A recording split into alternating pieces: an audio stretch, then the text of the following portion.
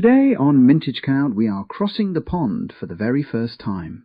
We are diving into the sprawling, slightly chaotic world of American currency, a land of massive cars, giant portions, and some remarkably frantic economic panic.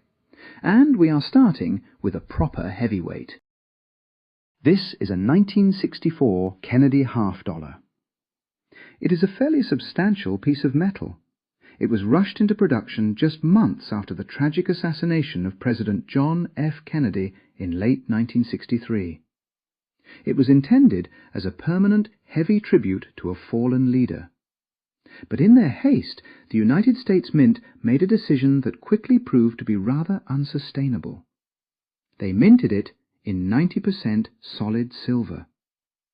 If we look at the edge, you can see it is completely, uniformly white.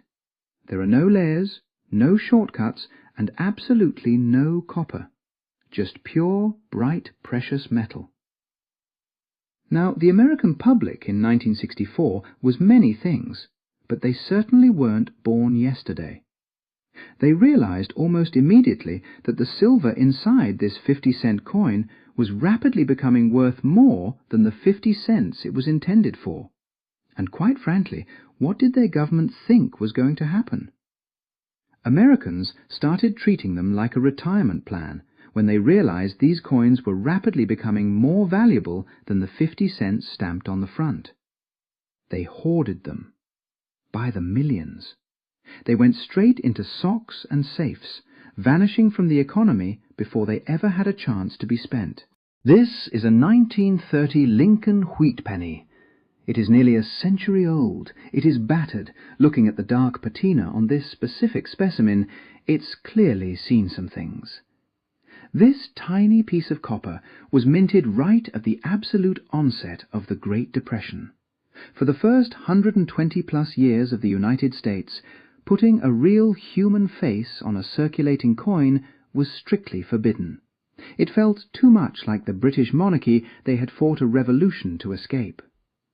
Instead, coins featured Lady Liberty, an idealized, mythical figure representing the abstract dream of freedom.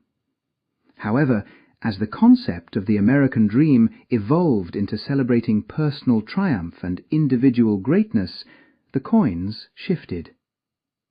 1909, to mark Abraham Lincoln's 100th birthday, the U.S. Mint broke tradition and put a real person on a circulating coin. Lincoln was the ultimate flesh-and-blood embodiment of the American dream, born in a literal log cabin, entirely self-educated, rising to the highest office in the land. Today, if you spot a penny on the pavement, you wouldn't even bother bending down to pick it up. It's a metallic nuisance. But in 1930, this single, modest coin actually meant something. It represented the sheer grit of the working class during its darkest economic hour. In 1933, things got so desperate that the U.S. Mint practically stopped making coins altogether. They didn't mint a single quarter that year, and they only minted pennies and a tiny handful of half-dollars. There was simply no money in circulation to justify making more. People were using wooden nickels and cardboard tokens issued by local towns just to buy bread. Some of these dinky pieces of metal survived the collapse of Wall Street, World War II, the space race. If only it could tell us whose pocket it burned a hole in when the American dream collapsed. By 1965, the U.S. government was facing an acute silver shortage, largely because people were quite literally melting down their pocket change for a quick profit. To stop the bleed, the Treasury decided to change the recipe entirely. This is a 1976 Bicentennial Quarter, featuring a rather enthusiastic colonial drummer boy on the reverse to celebrate 200 years of independence. But if we stand it on its edge next to our 1964 Kennedy coin, the reality of that compromise becomes rather obvious. There is a distinct angry red stripe running directly through the center of the quarter's rim. This is what collectors politely call the copper sandwich. Instead of precious silver, the mint began cladding a cheap, pure copper core with a thin outer layer of nickel. And you have to love the sheer brass neck of the politicians here.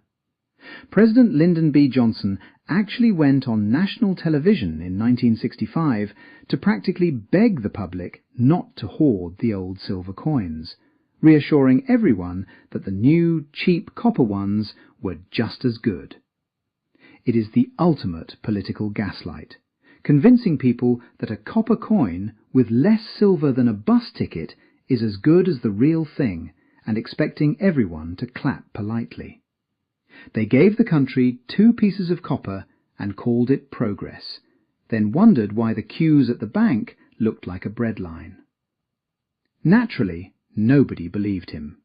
Everyone kept the silver anyway, and America was left with pocket change that looks like it is bleeding from the side.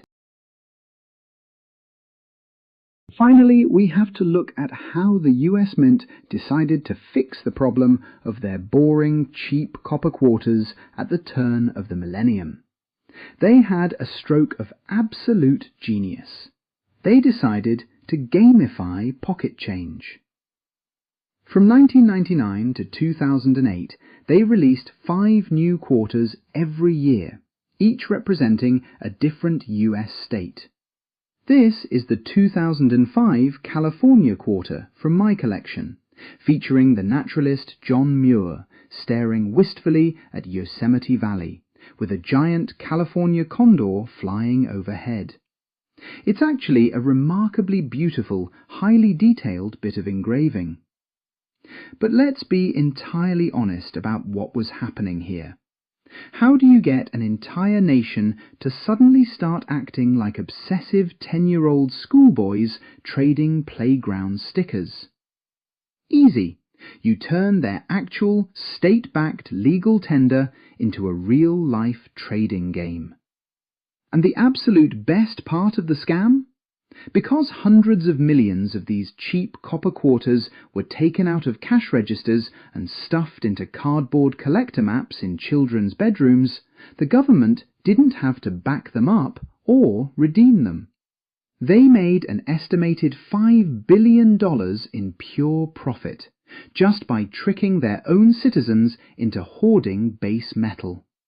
It is, quite frankly, a masterpiece of public manipulation. Well, it might not be a dignified gold sovereign sitting in your cupboard drawer, but if you enjoy the theatrical audacity of the whole thing, let me know in the comments below, and consider subscribing to Mintage Cloud. Thank you for watching, and we'll see you for the next minting.